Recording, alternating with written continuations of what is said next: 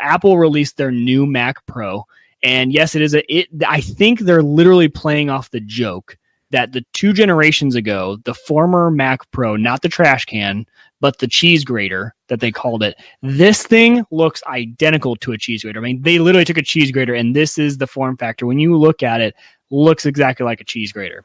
But the new Mac Pro is their new Pro line. Now, this is definitely Pro. And I know there are a lot of users, home users out there that consider themselves pro. This is really pro. I mean, this is starting at $6,000, and no one's going to buy the $6,000 version just because of the different options as you go up. You're probably more looking at a 10 to 12 grand computer for the pro level. But when you look at this thing has PCI expansion. I can't talk tonight either. PCI expansion slots. The entire case removes with one twist. Obviously, it's Apple, so they made it really elegant, right? Twist the top, the whole top comes off. And user-accessible slots that you can fully customize and upgrade. The RAM, the PCI slots, all of that is user-accessible. The DIMMs in there, you can put over a terabyte of RAM in this machine. Just insane. Terabyte of RAM. You got 8 PCI expansion slots, like I said. And they came out with a bunch of actually their own video cards. And I am not a video graphics card guy. I am not the one to tell you about this. So go listen to Marquez Brownlee, or go listen to someone who's, go listen to Linus Tech Tips. They did a really good actually review of this. They can give you the really good specs, but they have created custom cards if you want for those expansion slots. But overall, this machine, I mean, we're talking about Xeons with, I think, 32 cores, 64 threads up at the top end. I mean, a very, very powerful machine. You got 2 10 gig Ethernet ports on the back, a lot of Thunderbolt built in.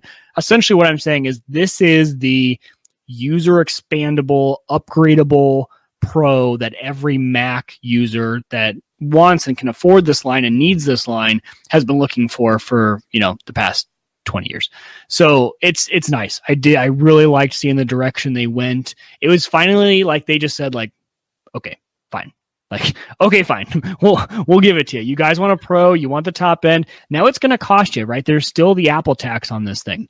Not terrible Apple tax, I think, when you start to do the math on some of the stuff you get, and especially with all the features and the Mac nature of it. But so don't get me wrong, it's not cheap, but for the Pro level, this is what people wanted. This is exactly what everyone wanted. So I think they're very happy. If you are a Pro that needed this, this is what you wanted. And along with that, they released their Pro Display XDR. And again, like I said, not a display guy, so I'm the wrong person to give you all the specs on this, but I've done my research and I've read the reviews of all the right people who do know, and this is the display that you want. This compares to the pro level displays that they are using in Hollywood to edit their videos. It's, I think, I'm going to get the number right, but the brightness level on this thing is insane. The 1 million to 1 contrast ratio, I think, is what they said. This display is a pro display. Now, of course, everyone heard the joke, and it's not a joke. It's real, but everyone's making fun of them. This is a $5,000 display, which sounds expensive, but the comparison that people are making of this display, when you look at the specs of this display, people are comparing it to a $25,000 to $30,000 display. I didn't know that existed, Jim. I didn't know there was such thing as a $25,000, $30,000, $40,000 display. I should have. When you get to the movie industry and a lot of people who need those type of detail on their graphics, I should have known that it was there. But they're comparing this to some very high-end displays. So pretty good display. But the joke is it's a $5,000. If you want the stand for it, it's an extra $1,000. So they have $1,000, and that's not like an extra stand. That is like if you want to be able to put your display up and you don't have a Visa mount. Oh, it doesn't come with Visa accessible right out of the box. That's $200. So if you want the Visa adapter, that's $200. Or if you want to put it on a stand, that's $1,000. Oh, but Mark has made a good point.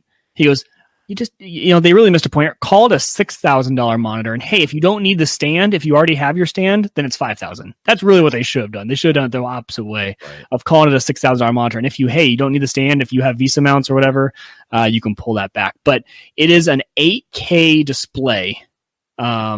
and really the things that it can do are pretty amazing. So those were kind of my top 4 picks. If I had to add in one honorable mention, only because I'm a male, so this wasn't as big for me, but if you ask my wife, this is probably number 1 feature.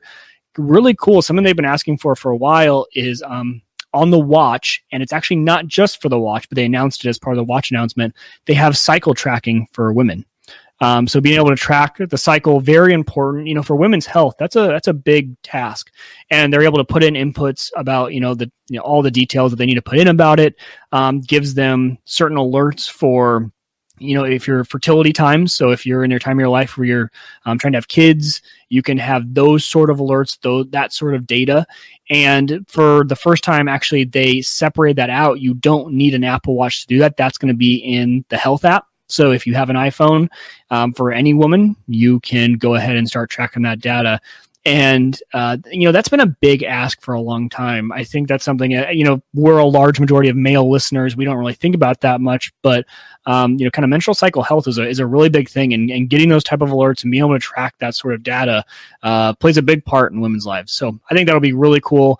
I actually told my wife, and she goes, "Was that like the main announcement?" And I was like, "Well, it was a big one." She goes, "I mean, it's really cool, but like, I didn't think that would be like some big headlining issue." I can hear Hannah saying, "Yeah, now." Yeah. Well, and does it have sync with the guy with the guy's watch too? So like he knows when this thing starts happening. It's like, yeah, you should want to stay out tonight. Stay away. Yeah, just have one more.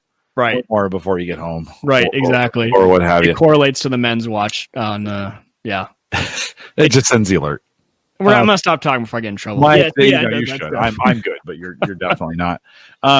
This kind of reminds me, these pricing points kind of remind me of like, this is almost like a bubble. Like this, you see these kinds of things before bubbles burst, where companies create the most ridiculous products that are hyper expensive, and you kind of go, this is really, I mean, if this is an announcement and they're really hoping to sell these, is that market really there? Now, maybe in the pro market. Yes, and that's what this is for. They are not claiming this to be, this is not, because you got to remember, they also have the iMac Pro, right, and the iMac.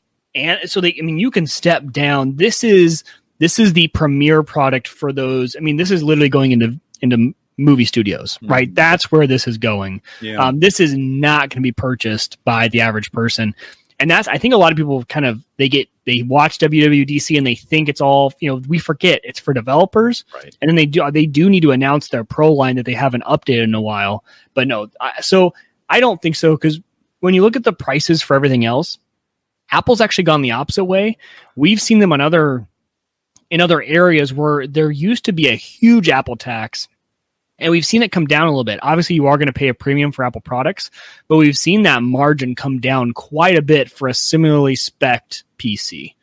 So I think we just got to remember, this is for professionals. And when we say pros, we all like to think we're pros. For real pros, the professionals who are doing this for their career, and they need that kind of horsepower.